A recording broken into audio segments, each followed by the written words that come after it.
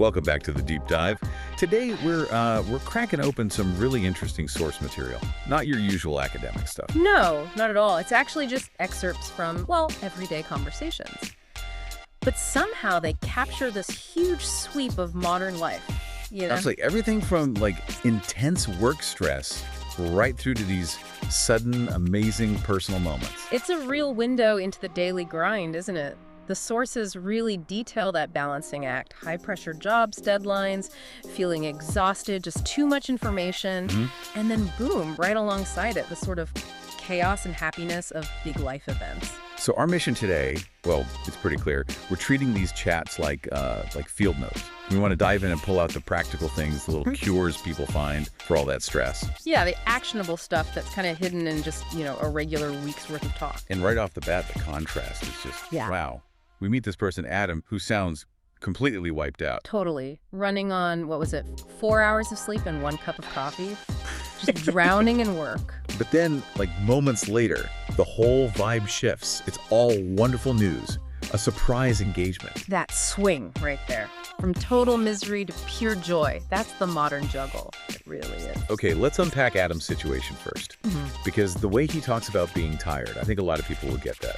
It's visceral. Oh, absolutely. It's not just, I didn't sleep well. It's physical exhaustion, plus that work pressure. And the cat. The 2 a.m. cat dance party. Can't forget that. Right. Domestic chaos on top of everything else. That physical drain is sort of the baseline misery.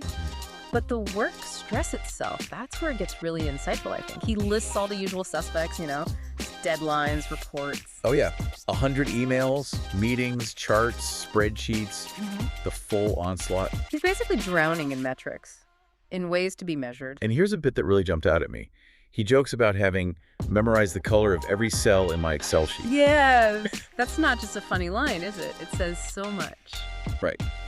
It speaks to that cognitive load, the cost of having to track completely meaningless details just to keep your head above water. Precisely. It's not just the amount of work anymore. It's this complexity creep. It's having to internalize tiny, irrelevant things like cell colors. That kind of micro-measurement. Yeah, micro-measurement. That's a good term for it. That's the stuff that really grinds you down, I think. Leads to proper burnout. And it's all funneling towards this one big deadline. Friday, project has to be done. And he says that thing we all know, right? Everything takes twice as long as planned. Always. That gap between what's expected and what's actually possible. That's where the real stress kicks in. And then there's the boss, Mr. Henderson. The description is classic, buried in spreadsheets. Dreams in Excel formulas. Love that. And the key part, he wants results, not stories. Yeah. So no room for Adam to explain about the cat or the cell colors or why things are slow. Just deliver. It's that relentless demand for the measurable outcome. And it kind of isolates you, doesn't it? It separates the professional you from the actual human you. That focus on metrics and, that isolation, it leads us straight into the next big stressor they talked about, the office vibe. Ah, yes, the relational tension. Because work's tough anyway, but when the atmosphere feels heavy, as they put it. Yeah, it makes everything harder. And the source of it is pretty classic, too. You've got Mark, who's described as a talker and loud. Okay. And then Lisa, who likes it quiet. And of course... They have to work together on the same report. Of course they do. Naturally. And, it didn't go well. Not a huge fight, apparently, but just awkwardness. Lisa looked upset. Mark might have said something careless, something that didn't sound nice. And the result, this is the part that actually felt kind of sad. Yeah. Everyone ended up eating lunch alone. Mark, Lisa, Adam. Everyone just retreated. That silence, that withdrawal. Yeah. It really shows how that kind of low-level friction can just, poison the well a bit. But what's really interesting is Adam's reaction. He doesn't go the formal route, HR or some awkward sit-down. No, he comes up with this plan, this immediate proactive thing. His coffee therapy, or caffeine diplomacy, he called it.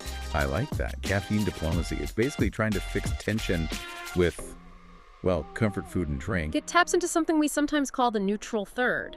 It's a clever tactic, actually. Explain that. The neutral third. Well, the idea is you introduce something completely unrelated to the conflict, something shared and ideally pleasant, like good coffee or cookies. Oh, okay, so it forces a pause. Exactly. You offer the shared sensory thing, the taste of cappuccino, the sugar hit from a cookie, and it kind of overrides the conflict brain for a minute. You can't fight when you're eating cookies. his philosophy. Spot on. That shared comfort acts like a little emotional reset button before you even try to talk about the work thing again. Okay, but let me push back slightly. Is it really diplomacy, or is it just, papering over the cracks? Does Super Coffee Man, as they call him, does he actually fix the fact that Mark is loud and Lisa likes quiet? Does it solve the root problem? That's a fair question, and I think the source suggests it's maybe not about a permanent fix for their personalities. It's more about an immediate operational fix for the mood. Ah. Yeah. Okay, so avoiding the big formal process. Right. Formal processes can sometimes make small things bigger, can't they?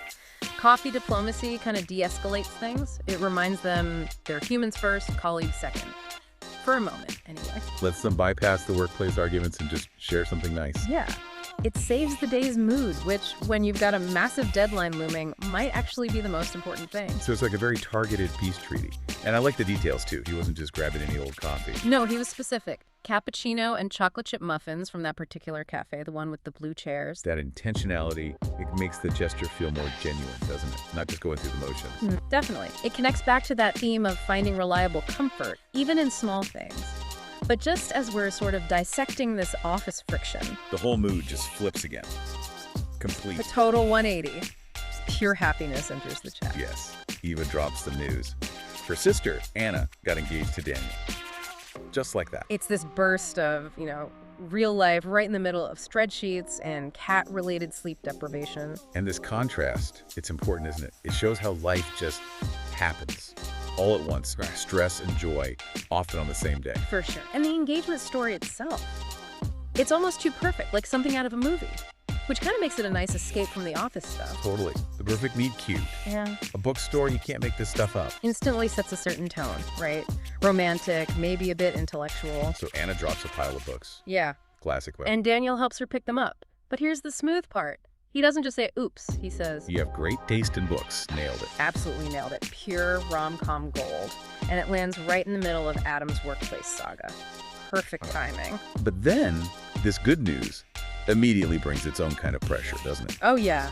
The timeline. They're planning a small wedding for next month. Next month. Wow, okay. So suddenly the stress of Excel formulas is swapped out for the stress of, planning a major life event at warp speed. That's such a key point about modern life, isn't it? We tend to think of stress only with negative stuff, work problems, bad news. Right. But big happy things, a sudden wedding, a new baby, they bring their own intense pressures. Logistics, decisions, coordination. High pressure demands just focused on something positive. And we see that immediately with Eva getting involved in the dress decision. The dress dilemma, yes? Yeah. Helping Anna choose between a light pink one Which sounds romantic. and a cream-colored one, more classic. It's happy chaos, absolutely. But it still takes energy, focus, quick decisions, just like Mr. Henderson's report does in a way. So you end up with these two people, Adam and Eva, on completely different but equally high stakes missions for the week. Exactly. Adam is super coffee man, trying to keep the office peace. Saving friendships with caffeine. And Eva is wedding girl, basically project managing a love story on a tight deadline. And this difference extends right into how they plan to unwind, how they plan to recharge after this intense week. Yes, and the sources give us two really distinct ways people cope, which is, I think, a really useful takeaway for you listening. Adam's plan, pure isolation, total withdrawal. He craves what you might call passive restoration. His dream weekend involves, his comfiest t-shirt? Ordering a pepperoni pizza, simple man, he says. Love that. And just doing absolutely nothing. Zero input. He needs to completely drain the swamp of external noise, right? After all that constant tracking and managing. The Excel colors. Exactly. His stress was chronic, managing all that input. So his solution is basically sensory deprivation. Simplicity. He needs to get back the energy that got sucked up by all that, meaningless complexity during the week. So silence, withdrawal, that's his medicine. But Eva, completely different approach. She needs active restoration. Right. Her stress was that happy chaos.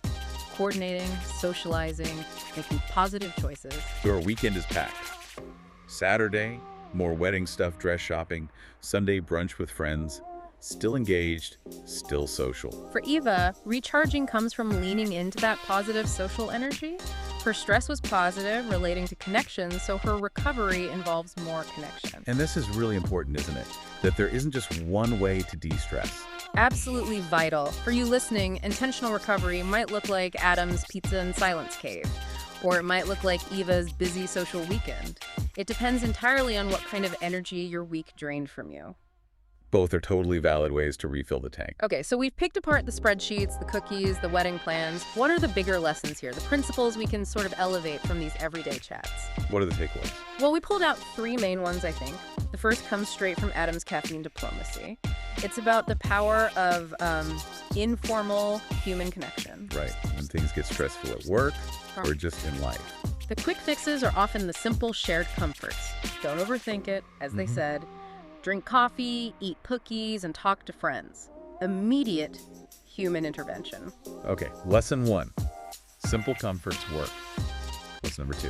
Number 2 comes from Eva sharing the engagement news right when Adam was feeling so down. It's this idea that joy is, well, it's contagious in a good way. A positive externality, you called it earlier. Yeah. So, when you are happy, share your good news. Because sharing happiness actually seems to amplify it. It makes it bigger. And it can totally reset the mood for people around you who might be struggling. Exactly. And the third kind of overarching idea, it's about the reliability of those small comforts. Adam's comment about coffee. Yes. Facing all the messiness of people and the impossible boss, he made that joke. But it was profound, really. It summed up the trust we put in the simple, predictable things. He said it about the coffee, his chosen tool for making peace. The one thing that wouldn't let him down. He said, coffee never judges. And then the punchline. That's why I trust it more than people sometimes. And maybe that encapsulates the whole deep dive, doesn't it? I think it does. Think about that for a second. As you head into your own complex week, where do you find that reliable, non-judgmental comfort? Is it in that quiet moment with pizza, like Adam planned? Or is it in a shared ritual, like coffee with someone, like Eva might enjoy? We often put our deepest trust, maybe without even realizing it, in the things or the small rituals that just show up, offer comfort, and don't demand anything back. No results, no stories. Find your coffee. Find your cookies. Use those small anchors to navigate the big chaos. We'll catch you on the next Deep Dive.